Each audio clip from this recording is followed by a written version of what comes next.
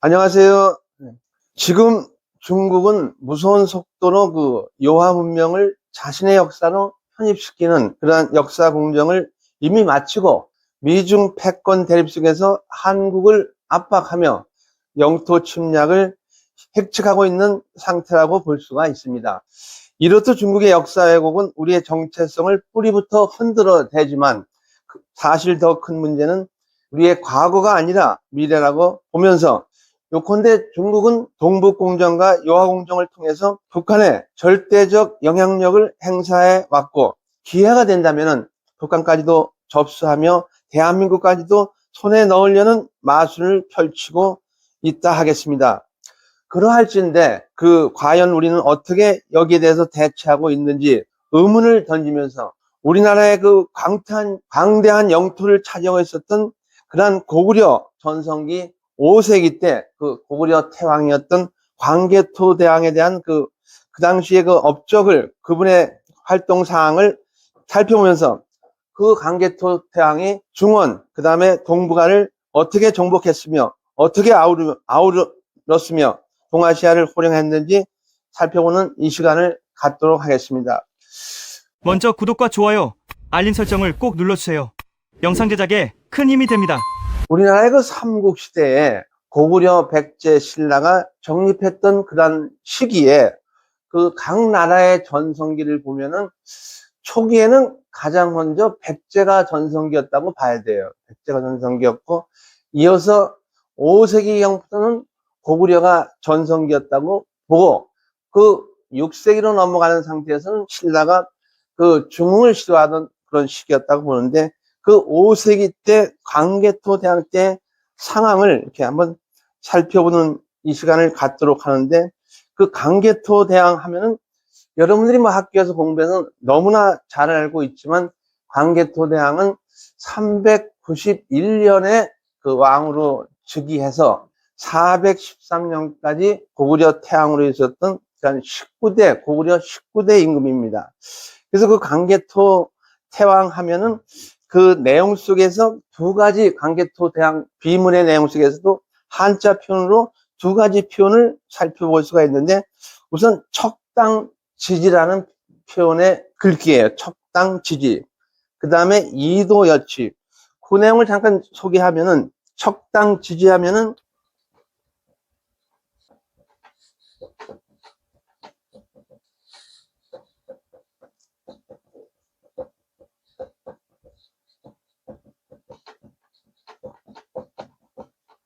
두 가지 표현에서 광개토 대왕의 업적을 살펴볼 수가 있는데, 척당이라는 의미의 척당의 뜻은 무엇인가? 의미부터 한번 살펴보면은, 척당의 의미는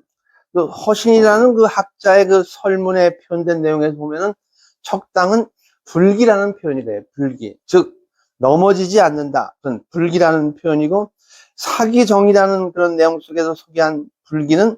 재주와 지식이 높고 원만하여 가히 묶어둘 수 없음을 말한다고 표현하는데, 이 표현이 광개토 대왕을 이렇게 지칭하는 표현의 내용으로서 아주 맞는 표현이라고 말씀을 드리면서, 또한 다른 책이었던 지분이라는 책에서는 매우 뛰어나고 남다른 모습의 표현을 이렇게 불기라고 표현하면서, 척당은 큰 뜻을 말하며 한편으로 혹은 희망을 갖는 그런 의미로도 표현되고 있으며, 이 표현을 종합하면은 척당이란 말은 남보다 뛰어나고 그 다음에 원대한 의지나 모습을 나타낸다고 할 수 있다고 보면서, 그렇다면 광개토 태왕은 어릴 때부터 품었던 척당지지란 과연 어떤 내용 속에서 그러한 의지를 가졌나 보면은, 광개토 태왕은 우리나라 역사 속에서 처음 시작됐던 신시 배달국 시대와 그 다음에 이어지는 고조선 시대로 이어지는 천손 사상을 이어받아서 고구려를 세웠던 고주몽의 꿈꾸었던 다물정신을 실천하여 하늘법인 홍인간의 이념을 그렇게 온누리에 펼치고자 했던 그러한 태왕으로서 광개토 대왕을 살펴볼 수가 있고, 오늘에 사는 우리는 그러한 척당지지를 품고 살아가야 하는데, 우리가 척당 지지를 품는다는 우리의 현실 속에서 과연 우리는 어떠한 그런 책무를 갖고 이 시대를 살아가야 하나 보면은 우리가 처해 있는 남북한의 분단 상황 속에서 남북 통일을 하고 잃어버린 천손민족으로서의 천성을 회복하여 홍익 간의 이념으로 세계 평화와 문자를 선도해 나가는 것이 아닐까 생각하면서 우선 이 광개토 대왕의 호는 영락태왕이라, 영락태왕. 그 다음에 그 표현의 내용 속에서도 또 여러 표현이 광개토 대왕 비문에 소개되고 있는데 그것이 국광상 광개토경 평안 호태왕이라는 그런 표현의 내용 속에서 광개토 대왕의 업적을 살펴볼 수가 있는데 그 광개토 대왕의 그 정복 과정, 여러 그 지역을 정복하는 단계의 과정을 살펴보면은 광개토 대왕은 즉위 원년부터, 그러니까 즉위하는 391년부터 그 백제와의 싸움 속에서 백제의 그 당시에 왕이었던 그 아신왕을 이렇게 쳐 없애는 그런 전쟁이 시작됐고, 그 다음에 이어서 영락 2년, 영락 3년, 영락 4년에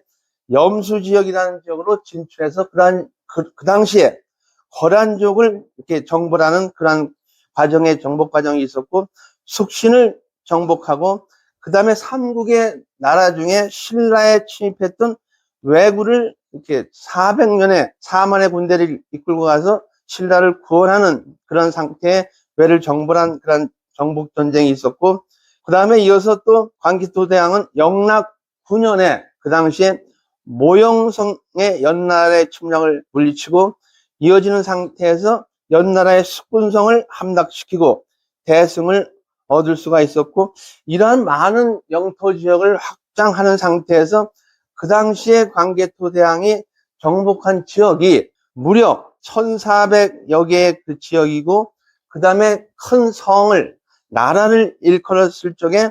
64개의 그 나라 성을 함락시키는 그러한 업적을 이루었다고 보는데, 그 광개토 대왕 비석 내용 속에서 표현된 내용들이 그 척당 지지의 내용이 소개되고 있고, 이도여치라는 표현이 나와 있는데, 이 당시에 광개토 대왕의 그 업적은 백성들의 그 민의를 반영했던 정치 형태를 이룩했다고 보고, 이런 내용들이 또 1976년도에 북한에서 발견됐던 덕흥리 고분 벽화에 담긴 내용 속에서도 그 사항을 엿볼 수가 있는데, 그 덕흥리의 고분 벽화에 담긴 역사적 진실은 무엇인가 보면은, 우선 덕흥리 고분의 발견과 의의를 살펴보면은 광개토 대왕의 통치 당시에 고구려의 강역, 그 다음에 관직 제도, 그 다음에 고구려 사람들의 세계관, 이런 것을 파악할 수 있는 그런 덕흥리 고분의 벽화가 발견됐는데, 그것이 발견된 것이 1976년이고, 이어서 그 북한에서 발견된 그 덕흥리 고분 벽화는 북한의 남포시 강서구 덕흥동에 소재하고 있으면서 이것이 또 2004년도에 그 유네스코의 세계문화에 등재된 바가 있습니다. 그래서 이 내용을 보고 광개토 대왕의 고구려 어땠는지를 또 간접적으로 살펴볼 수가 있는데, 그 광개토 대왕의 그 대륙 통치 사항이 이 고분을 통해서도 발견될 수가 있었고, 그 후에 1978년에 그 일본의 신문들이 그 고구려 영토가 지금의 중국의 그 서울인 북경 인근까지 고구려 영토였던 것이 이 고분의 벽화를 통해서도 발견됨으로써 이 당시에 조선일보가 아사히 신문을 인용해서 1978년도 11월 22일자 그 기사를 내보내면서 국내에 널리 알려지게 되었다고 보는데, 여기에 그 광개토 대왕은 아까 서두에서 말씀드렸듯이 국광상 광개토 토경 평안 호태왕이라는 시호가 있는데, 그 뜻은 북두칠성 같은 하늘의 아들인 제왕이 널리 땅과 나라의 강역을 개척하고 고루 안정되게 하신 매우 위대한 임금이라는 뜻을 가지고 있다고 볼 수가 있습니다.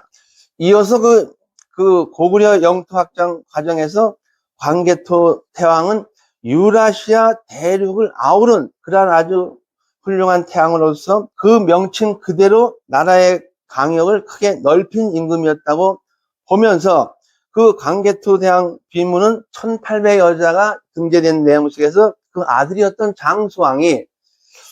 414년에 그 부왕이었던 광개토 대왕의 업적을 이렇게 비문에 새긴 내용으로서 현재 중국의 만주 지바현에 그대로 보존되고 있는데, 그 비문에 의하면은 광개토 대왕은 총 64개의 성, 나라와 1400여 개의 부락을 점령한 것이 거기에 내용이 나와 있고, 유라시아에 산자했던 유목민의 나라, 이런 나라까지도 그 나라들은 성곽이 없는 경우가 대부분이기 때문에 그 64개의 성 이외에도 많은 지역이 이렇게 정복된 상황으로 볼 수가 있고, 그 비문의 내용에 토곡이라는 지명이 나오는데, 토곡은 토곡혼을 의미하고, 토곡혼이라는 지역은 역사적으로 4세기 초에 중국의 청해 지방에 있었던 나라 이름으로서 왕족은 선비족이 주축이 됐던 그런 나라로서 토곡혼은 5호 16국 때부터 세력을 펼쳤으나 뒤에 부귀와 수당의 토벌을 받아서 663년에 토벌에게 멸망당한 나라를 이야기할 수 있고, 이렇게 천하를 통치한 그럼 고구려의 저력은 어디에서 올 수가 있었는지 간단히 몇 가지 내용 속에서 살펴보도록 하면은, 고구려는 그 우선 광개토 대왕 때 많은 영토가 확장되는 상황으로 이야기할 적에 광개토 대왕은 어렸을 때부터 소개드린 그 척당의 뜻을 가지고 있었다고 보면서 천손으로서의 긍지와 자부심, 그리고 뛰어난 용병수를 지닌 명군주로서 정복을 위한 정복이 아닌 평화와 안정을 심기 위한 정복전쟁이었다고 보면서, 어느 내용 속에서 이렇게 강의할 기회가 있으면 선생님, 만약에 삼국 중에 고구려가 통일을 했다면은 오늘의 우리의 현실은 어떠했느냐고 이렇게 가상적으로 이렇게 만일의 표현을 쓰면서 이야기를 하는데, 이미 광개토 대왕 때는 5세기 초 400년 경에 그 백제와 신라를 완전히 정복한 상태에서 그 나라를 유지하는 형태로 남겨둔 것이지, 그 당시에 거의 통일의 단계까지도 갔던 상으로 봐야 돼요. 그런 상으로서의 아쉬움을 남기고 있고, 셋째는 또 고구려인들은 고구려만이 갖는 독특한 인사정책을 운영했다고 보면서, 셋째 내용 속에서는 고구려 백성들은 모두가 일치단계를 할 수 있는 다물정신, 고구려 정신에 의해서 멸사봉공의 정신과 총화 단결의 정신을 갖고 있었고, 고구려는 특히나 세계 최강의 전투력을 보유한 군대라고 이렇게 전하고 있는데, 서양의 로마 제국의 멸망을 가져온 훈족, 게르만 민족의 대동을 가져오게 했던 그 훈족도 고구려 광개토 대왕의 대마무사들의 후예들이라고 이렇게 또 어느 그런 기록에 의해서는 나타나고 있다고 보면서, 이런 그 세계 최강의 군사력과 그 다음에 다물정신에 의해서 연방의 형태로 국가를 유지했던 그런 나라가 광개토 대왕 때 고구려였다고 보고, 그 다음에 이제 고구려 전성기에 그 광개토 대왕의 바톤을 이은 사람이 광개토 대왕의 아들 장수왕인데, 그 묘에서 볼 수 있듯이 장수왕은 가장 오랫동안 왕으로 이렇게 군림한 그 황제를 의미하는데, 무려 413년부터 491년까지 고구려 전성기 때